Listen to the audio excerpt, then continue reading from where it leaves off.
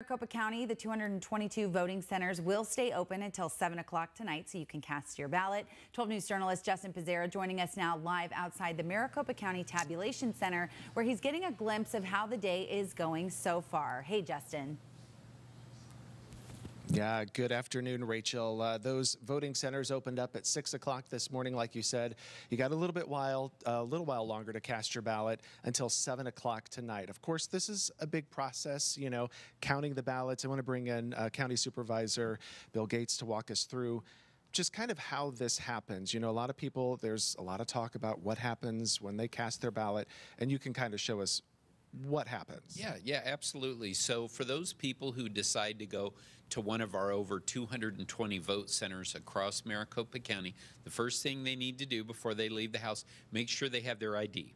Okay, and so they will come into the vote center with their ID, and right here on this number 2, they will be scanned. So they're scan their ID. That's important because if they've already voted by mail, that they will not be allowed to cast a second ballot. Okay. But if they haven't voted already, they haven't voted early, then at that point, we will go over to the printer here, and the ballot will be printed out for them. So they can go to any one of those vote centers around Maricopa County, regardless where they live, and a ballot will be printed off exactly for them with all the races for their area. Then they will take that ballot, go to an area where they'll be able to vote that. They'll have their privacy respected. You know, they can go ahead and fill out that ballot. And then when they're done, they will bring the ballot over here to the tabulator. And so they will actually feed that ballot into the tabulator, and it will be counted. We have a record of it.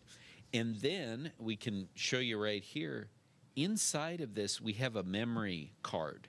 And at the end of the day, when all the votes are done, this memory card is popped out, and then a Republican and a Democrat will bring that memory card down here to our central tabulation center, and it will be inserted into the server, which is not connected to the internet, and that will be added with the other vote totals for tonight.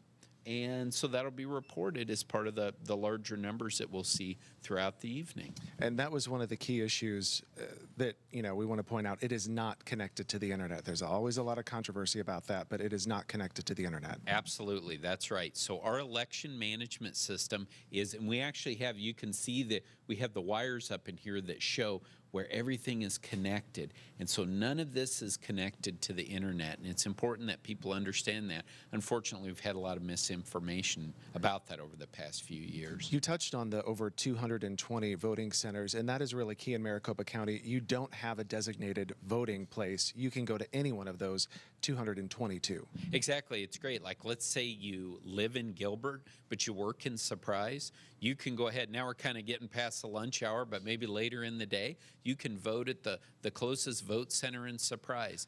But what's great for our folks is they can go into locations.maricopa.vote to determine which vote center is most convenient for them. Get in there, vote, and then head on their way. What about voter turnout this year? What are you guys seeing so far?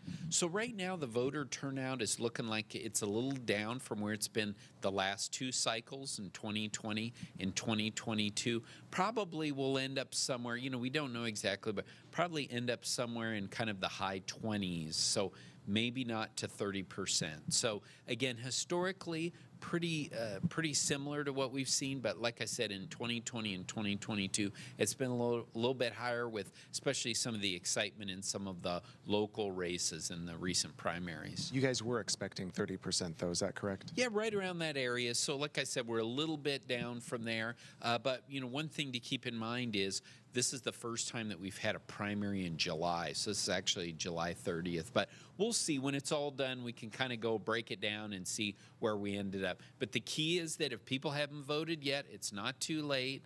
They can go until 7. Even if they show up at 7 o'clock and there's a line, as long as they get in that line before 7 p.m., they'll have the opportunity to vote in person as long as they have their ID with them. I was going to say, it's got to have your ID. What's, I guess, allowed when you go there as Yeah. far as ID goes? So primarily, people think of a driver's license, but if you don't have a driver's license, there are other pieces of identification that you can use.